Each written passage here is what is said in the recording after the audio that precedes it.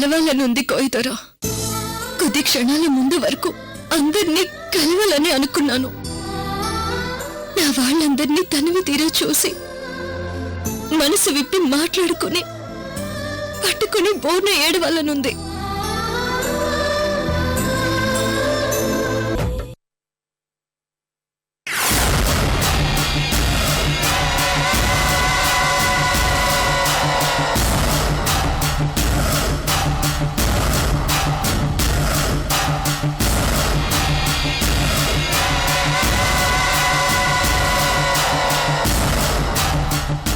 జరిగిన ఇన్సిడెంట్ని బట్టి చూస్తే ఎంత కాదనుకున్నా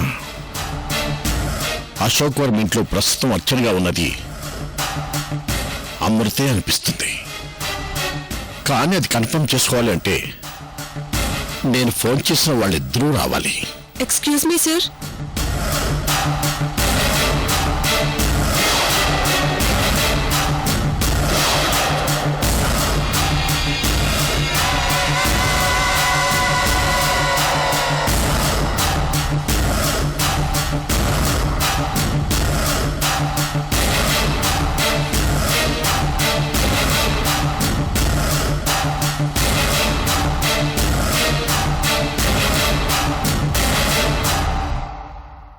అర్చన పొరపాటును కూడా ఇలాంటి డ్రెస్సులు వేయదే.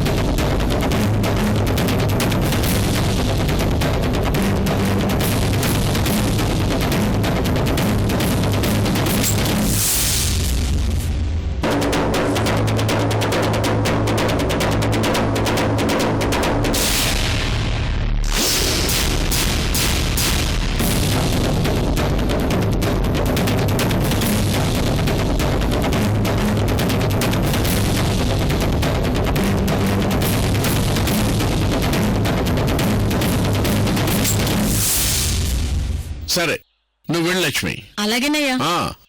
నువ్వు నా మనిషి ఉన్న డౌట్ రాకుండా ఏం జరిగినా అది చెప్తూ ఉండు. వస్తానయ్యా. అంటే జరిగిన సీక్వెన్సెస్ అన్నీ చూస్తుంటే అర్చన ప్లేస్ లో ఉన్నది అర్చన కాదు అమృత అనిపిస్తుంది. ఒకే బాంబ్ బ్లాస్ట్ ప్లేస్ లోకి యాదృచ్ఛికంగా ఎంటర్ అయిన అర్చన అమృతంలో అర్చన చనిపోతే అమృత వచ్చుండాలి. ఆ అమృత గతం మర్చిపోయి ఉండాలి. ఏది ఏమైనా ఈ విషయాన్ని వెంటనే రమణ్ సాల్వా వికాస్లకు చెప్పాలి.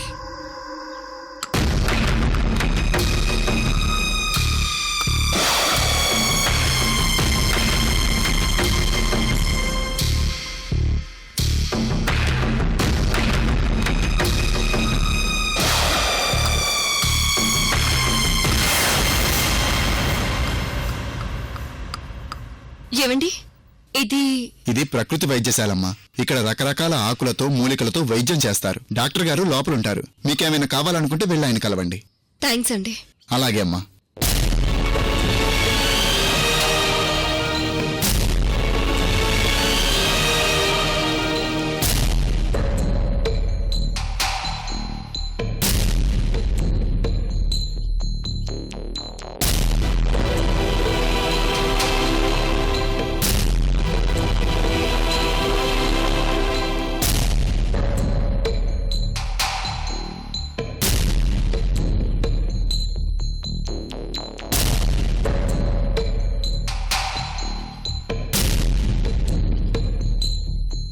ఏమ్మా అర్చన గారు, బాగున్నారా?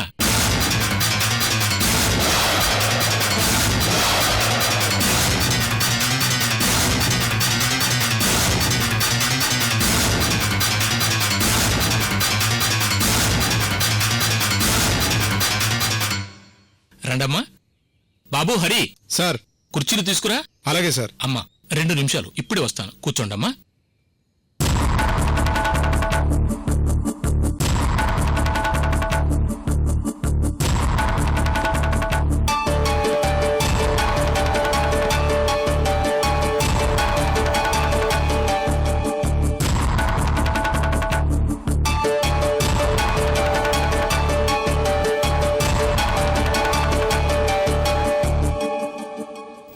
వెంకీ, నన్ను చూడగానే అయినా అర్చన గారు అంటున్నారు. అంటే అర్చన ఇంతకు ముందు ఈ ప్రకృతి వైద్యశాలకు వచ్చిందా? నాకు అదే అర్థం కావట్లేదు.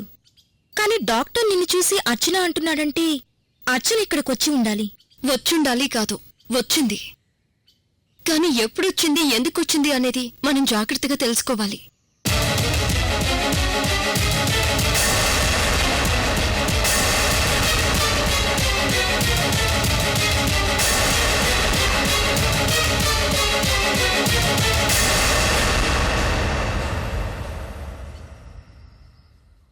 ఇప్పుడు మీ ఆరోగ్యం ఎలా ఉంది అర్చన గారు?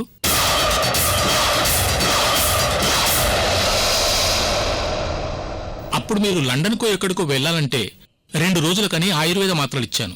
అవి వేసుకున్నారా? అంటే అర్చన ఇక్కడికి ఏదో అనారోగ్యంతో వచ్చింది. ఎప్పుడొచ్చింది, ఎలా వచ్చింది, ఏం జరిగింది అన్నది చాలా జాగ్రత్తగా, తక్కువగా మాట్లాడి ఎక్కువ మ్యాటర్ ఈయన నుంచి తెలివిగా రాబట్టాలి. నేను అర్చనని కాను అనే విషయం ఈయన అబ్జర్వ్ చేయకుండా జాగ్రత్త పడాలి.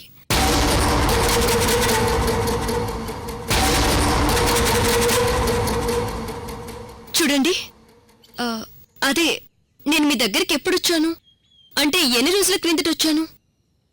మీరేం మందులు ఇచ్చారో నాకు గుర్తులేదు. అందుకే మిమ్మల్ని కలిసి వెళ్దామని వచ్చాను. భలే వారే అర్చన గారు.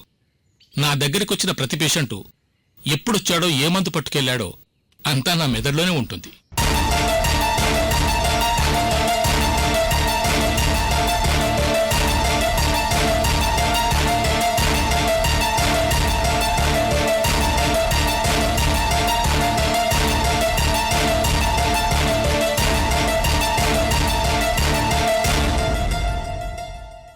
మీరు సరిగ్గా నా దగ్గరికొచ్చి ఈ వేళకి 50 రోజులయ్యింది. అదే మీరొచ్చిన రోజు ఇక్కడ బాంబు బ్లాస్టింగ్ కూడా జరిగింది కదా.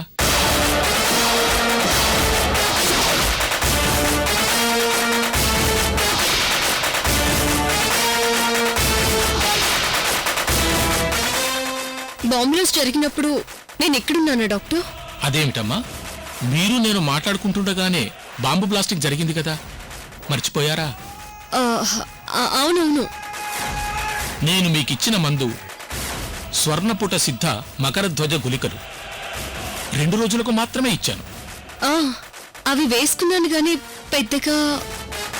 మీకు ఆ రోజే చెప్పానుగా, నా దగ్గర మందులు ఏవైనా కనీసం 3 నెలలైనా వాడితే కాని గుణం కనపడదని. కానీ మీరు అర్జెంటుగా లండన్ వెళ్లాలని, తిరిగొచ్చాక కలుస్తానని వెళ్లారు. అవునవును, గుర్తొచ్చింది. అవును, అప్పుడు మీరు కారు మిస్ అయిందన్నారు. దొరికిందా అర్చన గారు?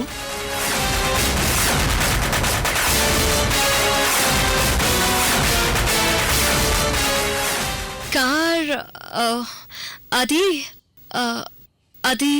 అదే అర్చన గారు, ఆ రోజు మీరు మా ప్రకృతి వైద్యశాలకు వచ్చినప్పుడు కారు ఇక్కడ దాకా రాదని ఒక పాత బిల్డింగ్ దగ్గర ఎక్కడో పెట్టొచ్చానన్నారు.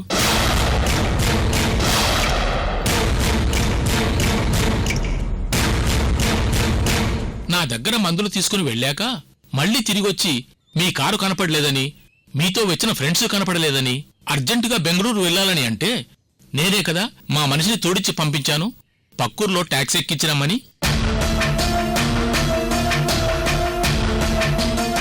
అందుకే నేను తిరిగొచ్చాక మిమ్మల్ని కలుద్దామని వచ్చాను డాక్టర్. ఆ రోజు మీరు చేసిన హెల్ప్ కి చాలా థ్యాంక్స్. పర్వాలేదు అర్చన గారు. ఇప్పుడు మీ ఆరోగ్యం ఎలా ఉంది? మందులేమైనా కావాలా? ఇప్పుడు నా హెల్త్ బానే ఉంది. అయినా మిమ్మల్ని కలిసి మీ దగ్గర మందులు తీసుకువెళ్దామని వచ్చాను. అప్పుడు నీకిచ్చిన మందే అపర సంజీవిని లాంటిది. అవే మాత్రలు కంటిన్యూ చేయండి. ఒక్క నిమిషం, ఇప్పుడే మందులు తెస్తానమ్మా.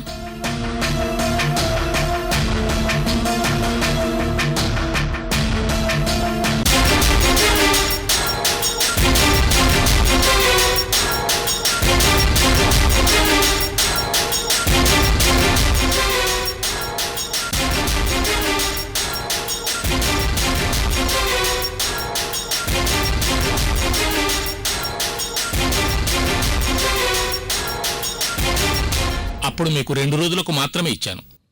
ఇప్పుడు ఈ మందులు క్రమం తప్పకుండా 3 నెలల పాటు వాడండి.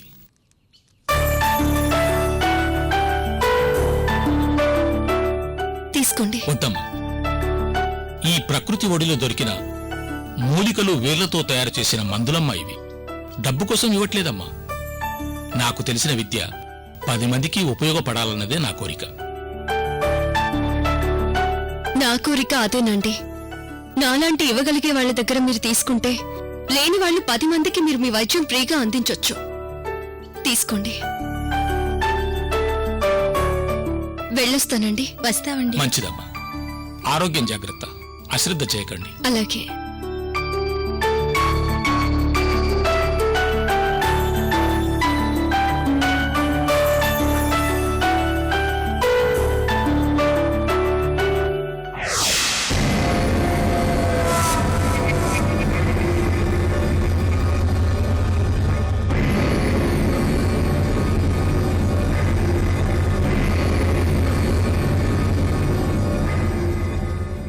ఈ వైద్యశాలకి ఏదో అనారోగ్యం కారణంగా అర్చన వచ్చిందన్నది క్లియర్. ఇక్కడి వరకు కార్ రాని కారణంగా కార్ బాంబ్లాస్ జరిగిన ప్లేస్లోనే ఎక్కడో వదిలిపెట్టొచ్చుంటుంది.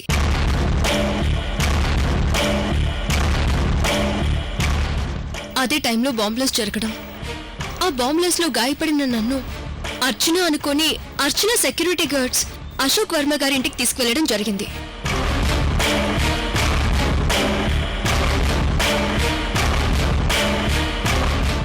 నా అంచనా ప్రకారం అర్చనతో వచ్చిన తన ఫ్రెండ్స్ బాంబ్లాస్ లో చనిపోయి కాలి బూడిదైపోయి ఉంటారు.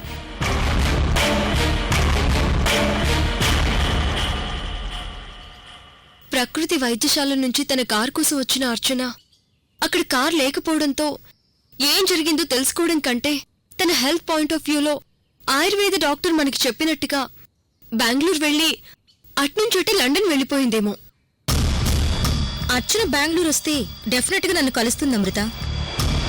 ఆయుర్వేద డాక్టర్ చెప్పిన దాని ప్రకారం ఇది మన అనుమానం మాత్రమే. నిజంగానే అర్చన డాక్టర్తో చెప్పినట్టుగానే లండన్ వెళ్ళిందంటావా? మరెక్కడికైనా వెళ్ళిందా? మనం చాలా జాగ్రత్తగా ఇన్వెస్టిగేట్ చేయాలి.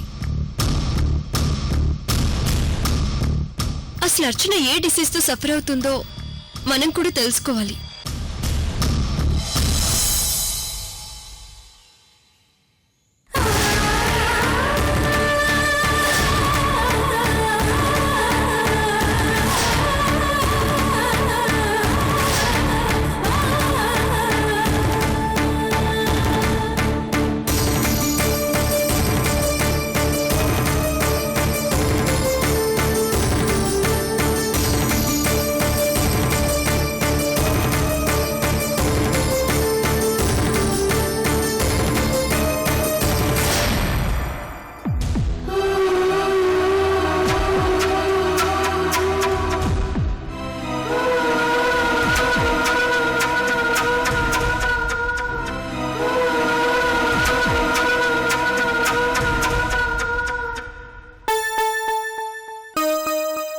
ఏమైంది అమృత?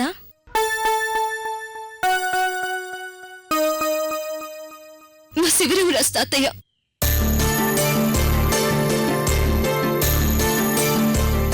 నిజంగా రాజులానే నిల్చున్నారు మీ తాతయ్య. ఆయన మనసున్న రాజే కాదు పింకీ, సొంత మనవరాలి కంటే ఎక్కువగా నన్ను చూసుకున్న దేవుడిచ్చిన తాతయ్య. కళ్ళ ముందు తాతయ్య కనపడ్డా కలిసి ఆప్యాయంగా మాట్లాడలేని పరిస్థితి పింకీ నాది. తాతయ్యని దగ్గర నుంచి చూడాలని, తాతయ్యతో ఆప్యాయంగా మాట్లాడాలని మనసు ఆరాట పడుతుంది పింకీ.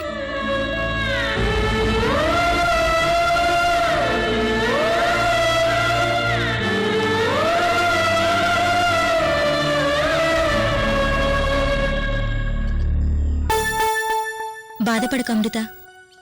నువ్వు మీ శివరామరాజు తాతయ్యతో దగ్గరుండి మాట్లాడేలా నేను చేస్తాను, సరేనా? ఎలా పింకీ?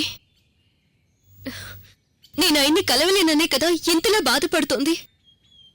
టెన్షన్ పడకు, ఎలా అన్నది నేను చేసి చూపిస్తాను, సరేనా?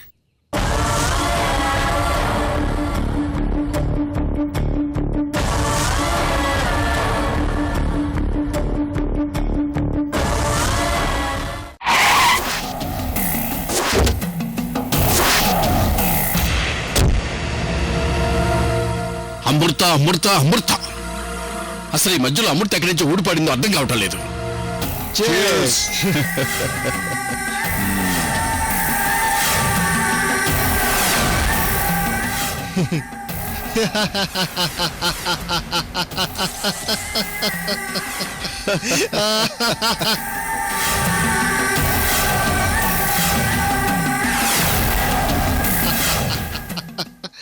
వికాస్, నీ ఫేస్లో ఆనందాన్ని చూస్తున్నాను.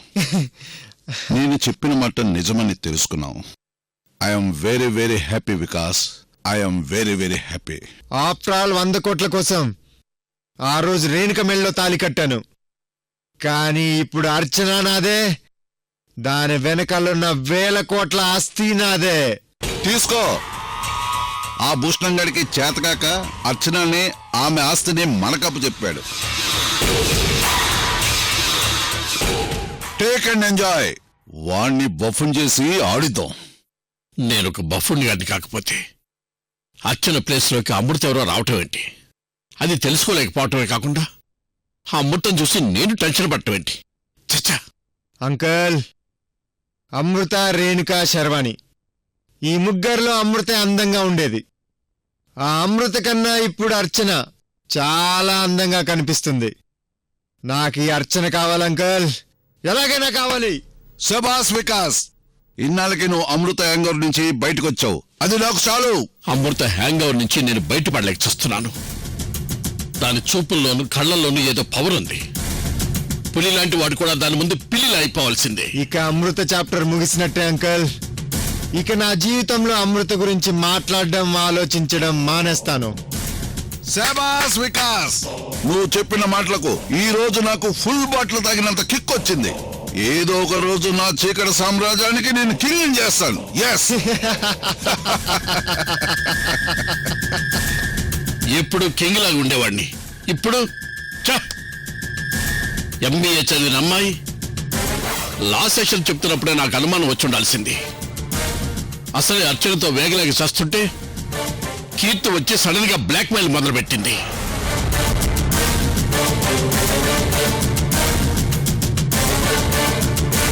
ఇప్పుడు తీరా అర్చన కాదు అమృత అని తెలిసింది. ఇక నా వల్ల కాదు. ఈ టార్చర్ని రమణ సాల్వా వికాస్లే సాల్వ్ చేయాలి.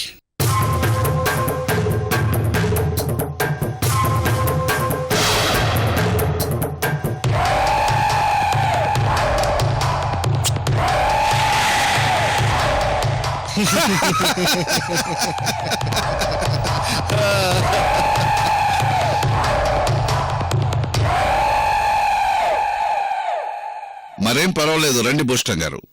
ఈ రోజు మా వికాసు మంచి హ్యాపీ మూడ్ లో ఉన్నాడు.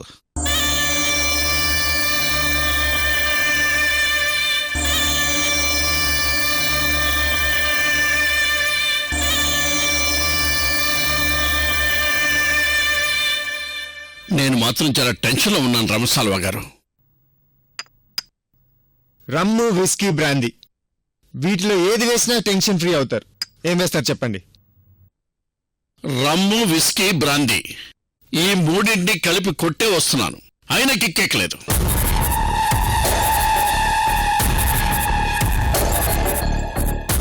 బీపీ పెరుగుతుంది, గుండెపోటు వస్తుంది, 10 నిమిషాలకు ఒకసారి బాత్రూమ్కి వెళ్ళాలనిపిస్తుంది. అది పరిస్థితి. ఏం జరిగింది భూషణం గారు? ఏం జరిగిందో, ఏం జరుగుతుందో, ఏం జరగబోతుందో ఏం అర్థం కావటం లేదు. నస పెట్టకుండా ముందు మ్యాటర్ చెప్పండి. ఏం జరిగింది అంటే ఏం చెప్పమంటారు? అర్చన కాదు,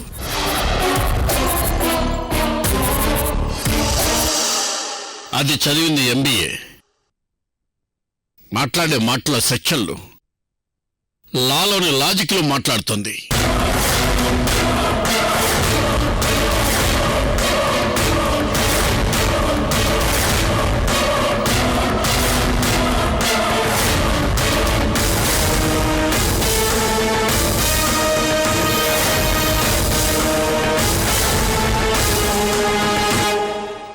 చూసే ప్రతి చూపులోనూ నన్ను ముద్దాయిని చూసినట్టు చూస్తోంది.